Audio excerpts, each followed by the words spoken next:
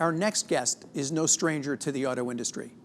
Debbie Dingell won election to the Congress after her late husband, John, who was a friend and mentor to so many of us, retired. She has picked up her husband's mantle as a strong voice for companies, facilities, and employees that reside in her congressional district in Southeast Michigan. She serves on the Energy and Commerce Committee, which John Dingell chaired, and where so much legislation of interest to us is written.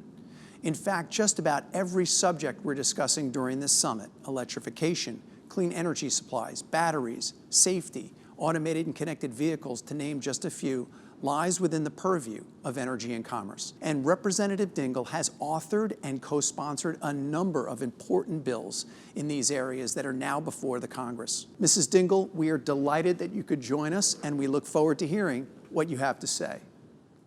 It's Congresswoman Debbie Dingell from Michigan, as most of you know, and a car girl. You all wouldn't be here if you didn't know something about Michigan, but we're the global center, have been from the very beginning, the global center of the auto industry. We put the world on wheels. I've been around long enough to watch what happened to the industry post Ralph Nader as the first round of safety and environmental regulations were passed in Washington. The industry rose to the challenge and made safer and more cleaner cars. I was also around, unfortunately, in 2008, when the industry found itself at the center of a lot of very difficult conversations in Washington that impacted both the economy and what could happen in the United States. Those were really tough conversations, tore the Congress apart, quite frankly, but people couldn't let the economy collapse.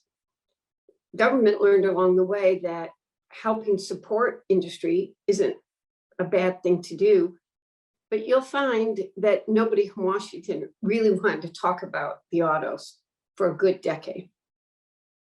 Then came the 2020 election, where climate change, which had always been talked about a little, was front and center. It couldn't be denied anymore. The hurricanes, the wildfires, the floods, even in my own state of Michigan. People could no longer deny that climate change was real. And people also knew the importance, or focused on the importance, of the auto industry to both the economy and the environment. Transportation contributes 29% to 29% of the United States greenhouse gas emissions. So when people look to address the problem, autos were right back at the center.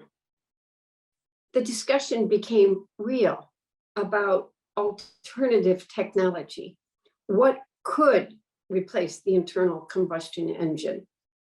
And never has it become a more critical time to invest in the auto industry, to look at policies that support both the industry and the workers.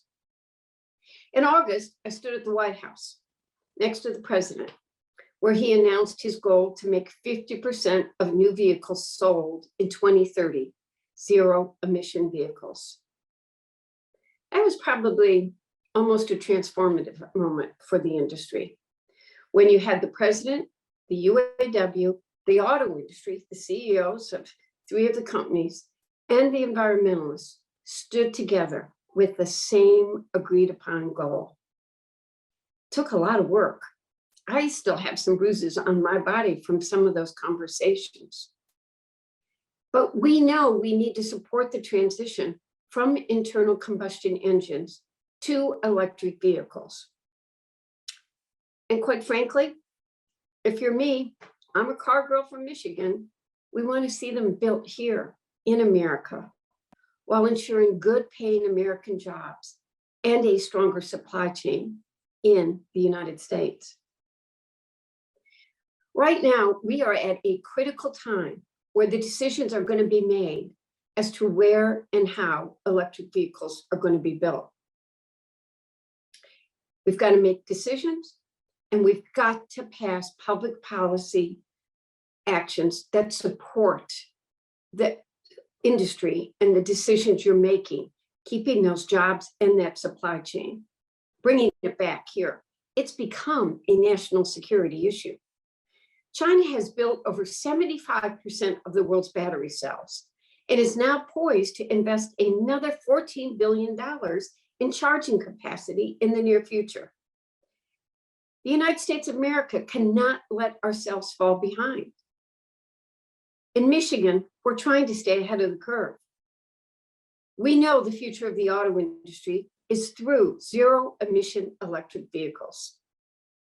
Ford announced a new global battery center in Southeast Michigan so we can keep our country at the forefront of auto technology and innovation without having to cede our competitiveness overseas.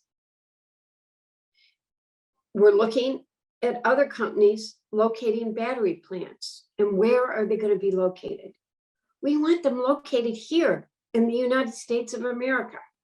It's why I introduced the Advanced Technology Vehicle Manufacturing Futures Act to modernize and expand the ATVM loan program at the US Department of Energy, which is used to build and retool auto factories in the United States that are making advanced vehicles and parts. Along those same lines, we need to build out our electric vehicle charging infrastructure if we're going to maintain our leadership in this space. We need to encourage investment and expansion on this front. And you know what? That takes collaboration in the Congress and across the sectors. So I introduced the USA Electrify Forward Act to establish domestic manufacturing retooling grants, update building codes to encourage electric vehicle charging stations, encourage production and manufacturing jobs, and it requires states to deploy charging stations. Some of you have heard me talk about the three critical buckets when it comes to ensuring that electric vehicles are real, that consumers buy them. One, they got to be able to afford them, period. Two, we have to develop a battery that has the range that consumers trust or have confidence in will get them where they need to go. And then we got to build those batteries here in America. And the third bucket is building out the infrastructure, not only building the nationwide network of charging stations, but we have to update our power grid by 50%. Electric vehicles must be affordable and accessible for consumers. We do need consumer tax credits and increased investments in R&D to fuel consumer adoption and bring down the cost of vehicles right now. As I said before, I want those battery plants that so many of you are looking at here in the United States, being made by American workers, which one, I hope will bring down the costs, but it'll strengthen American competitiveness around the world. And we've got to bring this supply chain back home. It's a matter of economic growth and the national security that I mentioned. Too many of our plants have been closed this year. We're into fall. Workers are on layoffs. You're not meeting your sales projections because you can't produce the vehicles. Prices are up. It's just not an ideal economic situation. And we need to build modern infrastructure to support these high-speed charging stations. And we, as I said, have to advance the power grid so that it can support mass adoption and use of electric vehicles.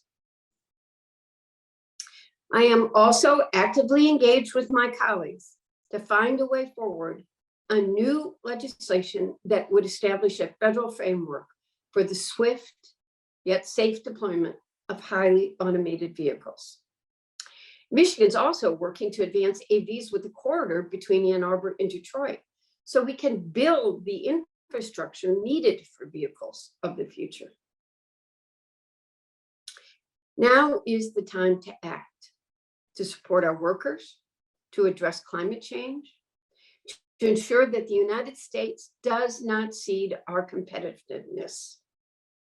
And much of this is all part of the Build Back Better Act, which is why we need this agenda and the bipartisan infrastructure framework to move forward.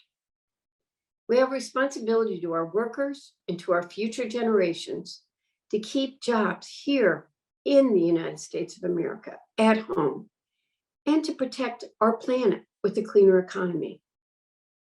So we're going to continue to have these discussions in Congress, and we need your help to advocate for this too. We're all in this fight together. Remember that this industry is still, I think, the backbone of the American economy, and quite frankly, of the world economy for many countries.